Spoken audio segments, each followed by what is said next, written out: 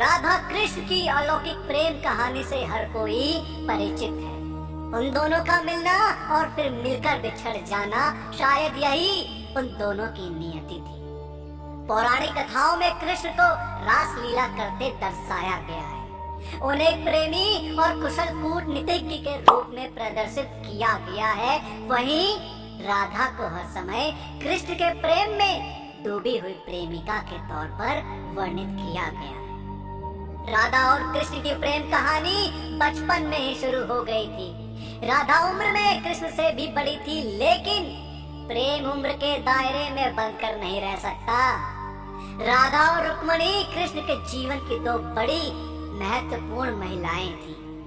एक ने कृष्ण से प्रेम भी किया और विवाह भी, वहीं राधा रानी सिर्फ प्रेमिका बनकर ही रह गई। ये बात तो हम अक्सर सुनते आए हैं कि राधा और कृष्ण केवल प्रेमी प्रेमिका थे। उन दोनों का वैवाहिक नहीं बल्कि आध्यात्मिक रिश्ता था। लेकिन क्या वाकई ये बात सच है कि कृष्ण का उनकी प्रेयसी राधा के साथ विवाह नहीं हुआ था? तो आज हम आपको कृष्ण और राधा के जीवन से जुड़े कुछ ऐसे आध्यात्मिक सत्य बताने जा रहे हैं जिन्हें बहुत से लोग नहीं जानते। ये सत्य वाकई आपको हैरान कर देंगे। पुराणों के अनुसार राधा के रूप में देवी लक्ष्मी ने धरती पर अवतार लिया था। साथ ही ये बात भी जग जाहिर है कि भगवान कृष्ण स्वयं विष्णु जी के अवतार थे। ये बात स्वयं देवी लक्ष्मी ने कही थी कि भगवान विष्णु के अलावा अन्य किसी के साथ उनका विवाह नहीं होगा। तो स्पष्ट है कि राधा ने अवश्य ही कृष्ण से विवाह किया होगा। गर्ग संहिता के अनुसार राधा और कृष्ण का विवाह स्वयं ब्रह्मा जी ने करवाया था। नंद बाबा अपने पुत्र कृष्ण को गोद में उठाकर भंडीर ग्राम ले जाया करते थे। एक दिन कृष्ण उनकी गोद में खेल रहे थे कि अचानक तेज रोशनी और तूफान आ गया। आसपास सिर्फ और सिर्फ अंधेरा छा गया और उस अंधेरे में नंद बाबा को किसी पारलौकिक शक्ति का अनुभव हुआ। वह शक्ति कोई और नहीं बल्कि स्वयं राधा रानी थी। राधा के आते ही भगवान श्री कृष्ण ने अपने बाल रूप को त्याग कर किशोर रूप धारण कर लिया। इसी समय भंडीर जंगल में ब्रह्मा जी ने ललिता और विशाखा की उपस्थिति में राधा और कृष्ण का विवाह करवाया था। विवाह होते ही माहौल पहले की तरह सामान्य हो गया।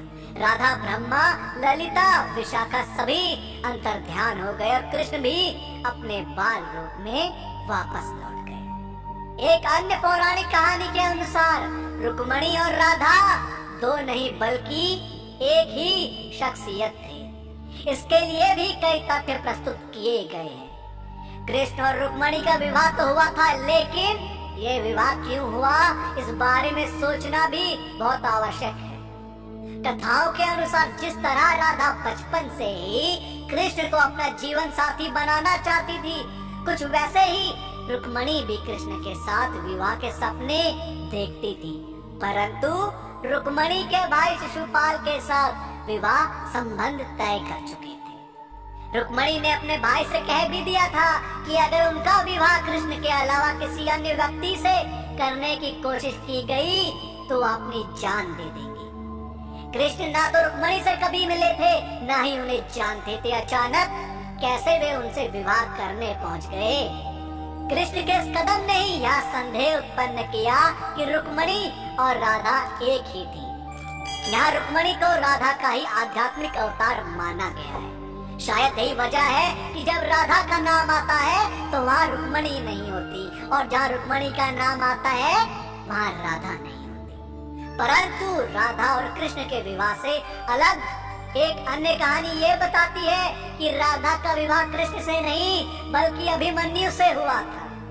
एक पौराणिक कहानी के अनुसार जटिला नामक की एक गोपी जावत गांव में रहती थी। योग माया के कहने पर जटिला के पुत्र अभिमन्यु का विवाह राधा के साथ संपन्न हुआ था, लेकिन योग माया के ही प्रभाव की वजह से अभिमन्यु कभी अपनी पत्नी राधा को छू तक नहीं पाया था। दरअसल अभिमन्यु अपने दैनिक कार्यों में अत्यधिक व्यस्त रहता था और शर्म के कारण कभी अपनी पत्नी से बात नहीं कर पाता था। राधा और श्री कृष्ण ने प्रेम नहीं किया था, उनके बीच आध्यात्मिक रिश्ता था। उनका प्रेम अमर था, यानी दुनियावी प्रेम से ऊपर सर्वोच्च प्रेम था राधा और श्री कृष्ण का।